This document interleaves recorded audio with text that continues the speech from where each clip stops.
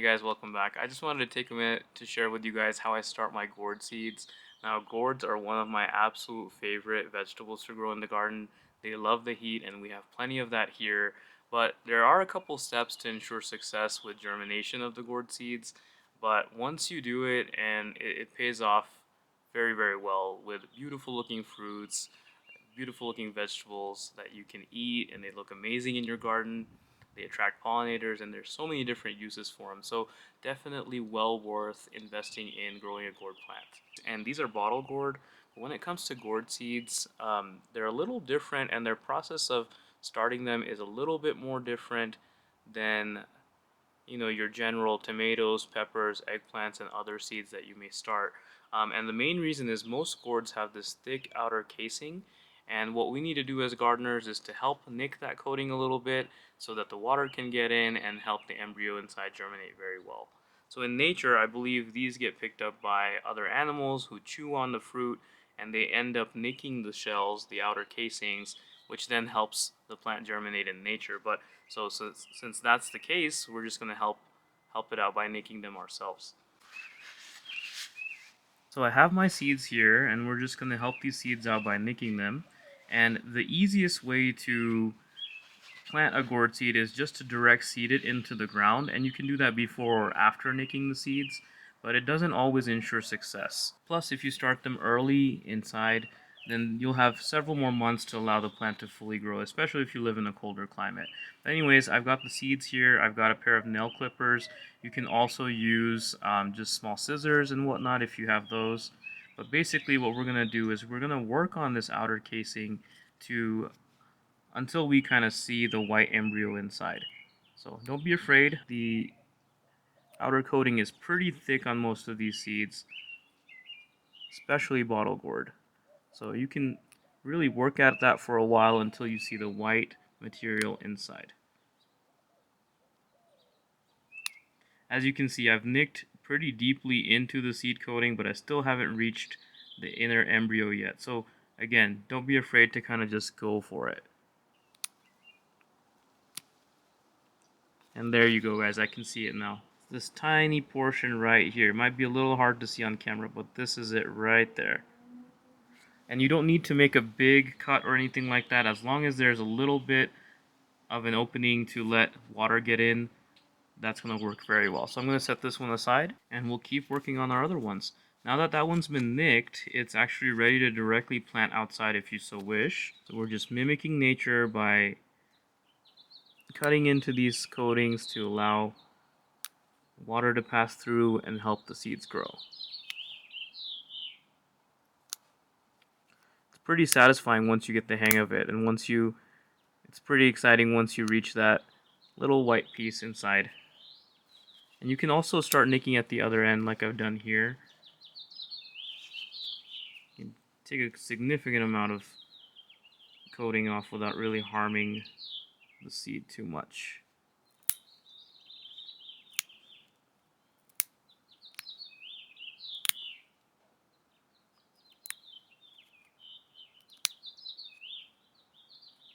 And there we go. I see the tiniest little opening. It's kind of hard to show on camera, but once you experiment with this, you will know exactly what I'm talking about.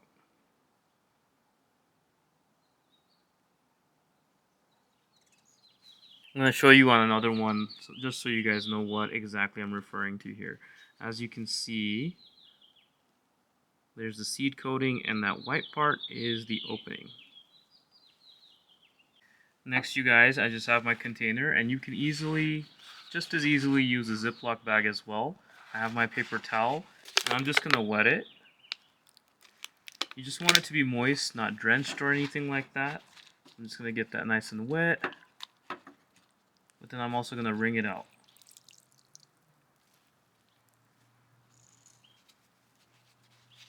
So nice damp paper towel. Let's discard the excess water. And all you need to do at this point is set the paper towel into your container or Ziploc bag. Put your seeds inside and make sure they make contact with the paper towel. So you can just fold it over just like that. I'm just going to be covering it with some plastic here.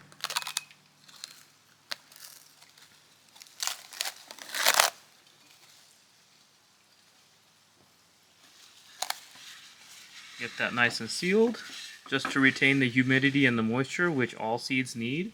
And by the way, you guys, it is beautifully raining right now here in the desert. Very rare sight to see, so whenever I see that, I want to make sure I share that with you guys. We haven't had rain in so long, and spring is actually our driest season, believe it or not. I picked literally the most perfect day to start my seeds and work on my seedlings. I'm just so excited about this weather, you guys. We really truly miss the rain around here in the desert. But anyways, back to this. So now that I have this sealed off, I'm going to go ahead and make some holes just for ventilation, because what seeds need to germinate generally is heat, moisture, and oxygen. So we're going to add all of those elements, get some nice ventilation holes in there, and that is it. Guys, this will just sit on a heating mat indoors just to kind of start sprouting. No specific temperature or anything. I just put it on the heating mat just like this.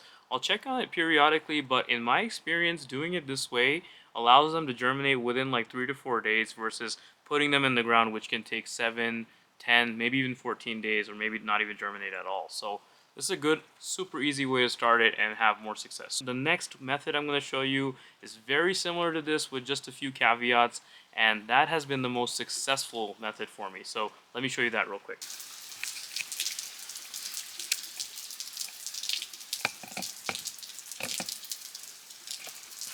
And one more thing on this first method, you guys, after you nick the seeds, you can certainly soak them for 24 hours or so and then put them in the paper towel like I showed you, but I found that it's not absolutely necessary, but try it out and see what works better for you.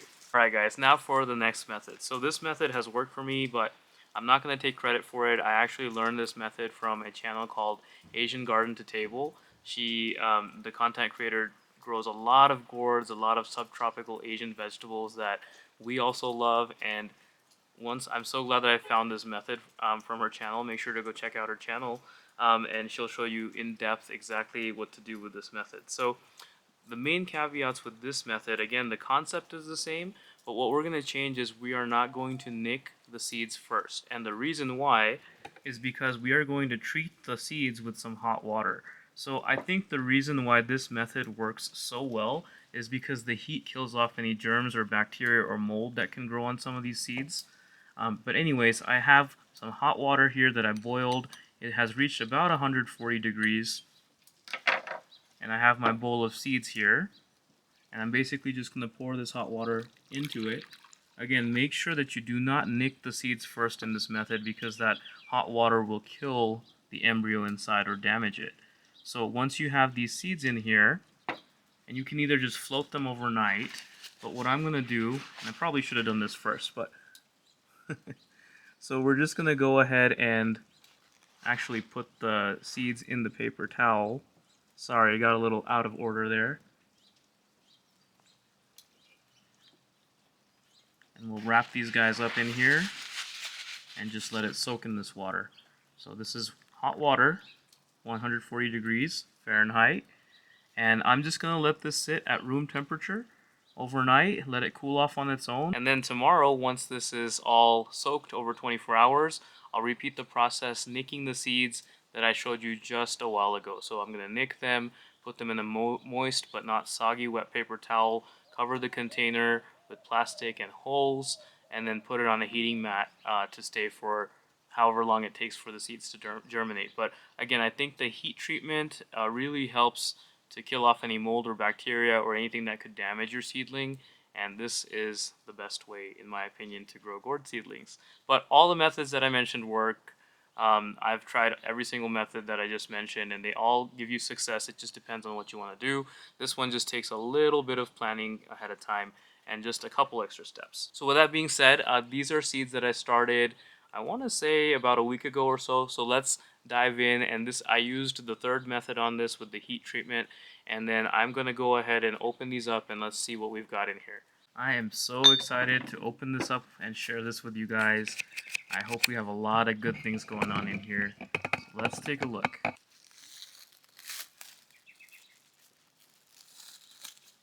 But look at that, you guys. Ah, that's so cool.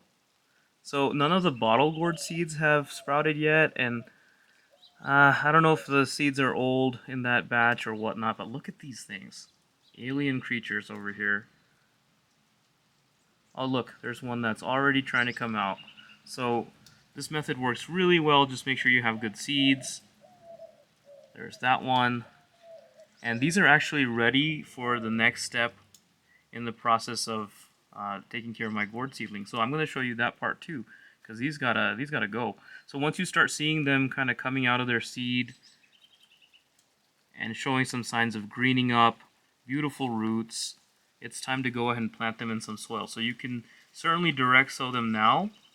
My soil is not quite ready yet, and I usually have some direct sowing problems. So I'm going to show you what I do next with these. Alright guys, these red solo cups are one of my favorite ways to start seedlings. And gourd plants have a pretty significant root system. They're big, active, vigorous plants.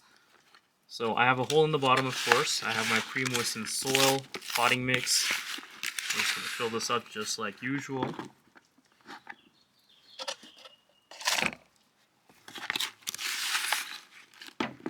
And there is a trick to planting out these pre-sprouted gourd seedlings, so I want to show you that. Tap it down just a bit. And of course, if you want to use a fast food soda cup that's clear, that would be perfect as well, especially if you live in a chillier environment. In fact, that's what I did with some of mine that I'm going to show you here shortly.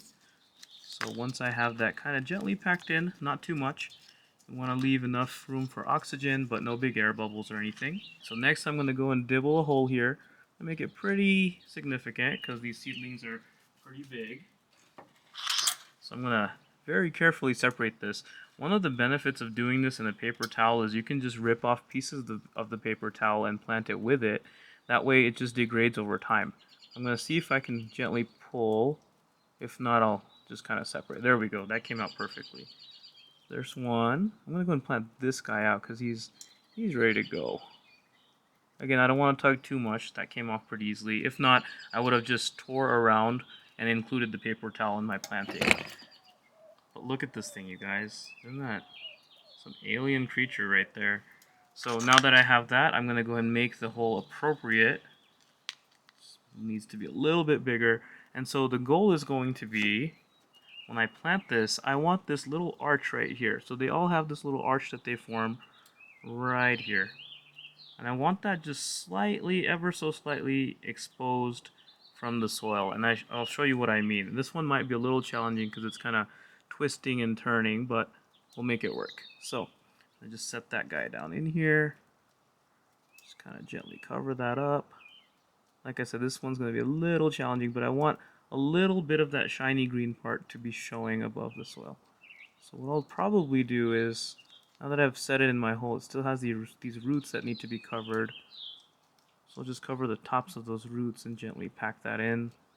Pack it around the seed right there. The reason why I talked to you about exposing that little top part is because I've noticed if it prevents you from planting things too deeply, and it also just allows you to kind of watch the progress of the plant as you go along, just to ensure that it's growing and there's no major issues or anything like that.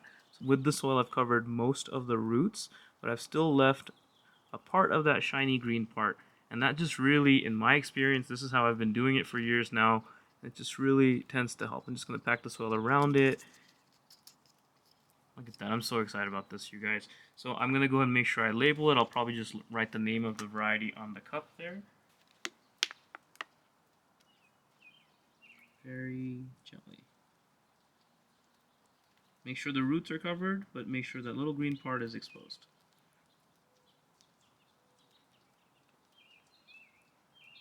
But there you go, guys. I'm going to go ahead and repeat the same process with the other ones that have sprouted and let them kind of work their way out.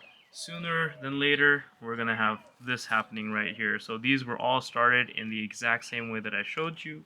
But one of my most favorite ways and methods right now is the soda cup method with these McDonald's cups.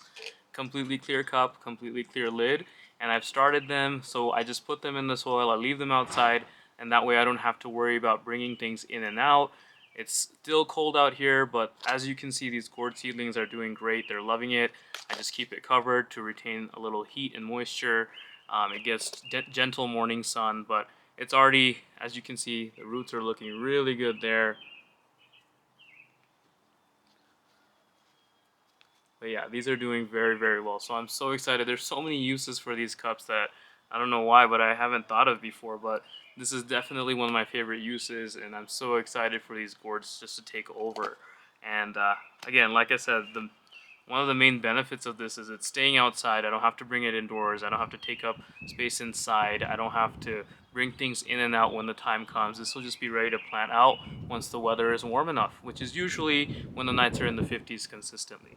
But anyways, guys, thanks for watching. I'm so excited to share all my seedlings and stuff with you guys today. It's such an exciting day with this weather, the rain, and everything seems to be doing really well, seems to be really promising, and I'm super duper excited. If you have any questions or comments, let me know down below, and we'll see you on the next one.